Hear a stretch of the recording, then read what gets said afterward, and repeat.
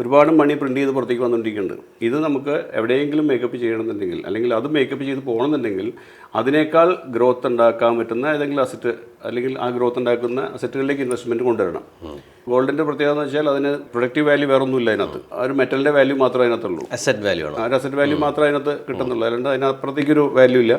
അതിനകത്ത് കിട്ടുന്ന വാല്യൂ എന്ന് പറയുന്നത് സത്യത്തിൽ രൂപയുടെ അല്ലെങ്കിൽ ഡോളറിൻ്റെ അല്ലെങ്കിൽ ബാക്കി കറൻസിയുടെ മൂല്യച്യുതിയാണ് ഇതിനകത്ത് അപ്രിസിയേഷനായിട്ട് നമുക്ക് കിട്ടുന്നത്. ശരി. അത് വേറെ സ്റ്റാഗ്നൻ്റ് ആയിട്ട് നിൽക്കുന്ന സാധനമാണ്. മറ്റേതിനെ എത്ര ഇറോഷൻ ഉണ്ടാവണോ അത് ഇവിടെ അപ്രിസിയേഷൻ നമുക്ക് ഫീൽ ചെയ്യണം മാത്രമേ ഉള്ളൂ. ഇക്വിറ്റിയിലുള്ള ഒരു പ്രത്യേകത എന്ന് വെച്ചാൽ ഇക്വിറ്റിക്കകത്ത് കമ്പനികൾ ഉണ്ടാക്കുന്ന ഗ്രോത്ത് ഏണിങ്സ് ഗ്രോത്തിൻ്റെ പുറത്ത് വാല്യൂ അപ്രിസിയേഷൻ കിട്ടിക്കൊണ്ടിരിക്കും. റിയൽ എസ്റ്റേറ്റിലും അതുപോലെ തന്നെ. റിയൽ എസ്റ്റേറ്റ് ഒരു പ്രൊഡക്റ്റീവ് ഇത് ഒരു ഭാഗം ഇതിനകത്തുണ്ട്. അതിൽ നിന്നൊരു പ്രൊഡക്ടിവിറ്റി ഉണ്ട്. അപ്പോൾ അതുകൊണ്ട് തന്നെ അതിൻ്റെ അപ്രീസിയേഷൻ അതിനകത്ത് കിട്ടും. ഈ 3 അസറ്റ് ക്ലാസ്സുകളേ ഉള്ളൂ. അതുകൊണ്ട് തന്നെ ഈ 3 അസറ്റ് ക്ലാസ്സുകളിൽ ഏതെങ്കിലുമൊക്കെ ഇൻവെസ്റ്റ് ചെയ്തേ പറ്റൂ. അത് നമ്മൾ കൺവെൻഷനലി ഇപ്പോൾ നമ്മൾ മലയാളികളുടെ ഒരു പ്രത്യേകത കൂടുതലും അവർ റിയൽ എസ്റ്റേറ്റിലായിരുന്നു, സ്ഥലത്തിലായിരുന്നു ഉണ്ടായിരുന്ന ഇൻവെസ്റ്റ്മെൻറ്റ്.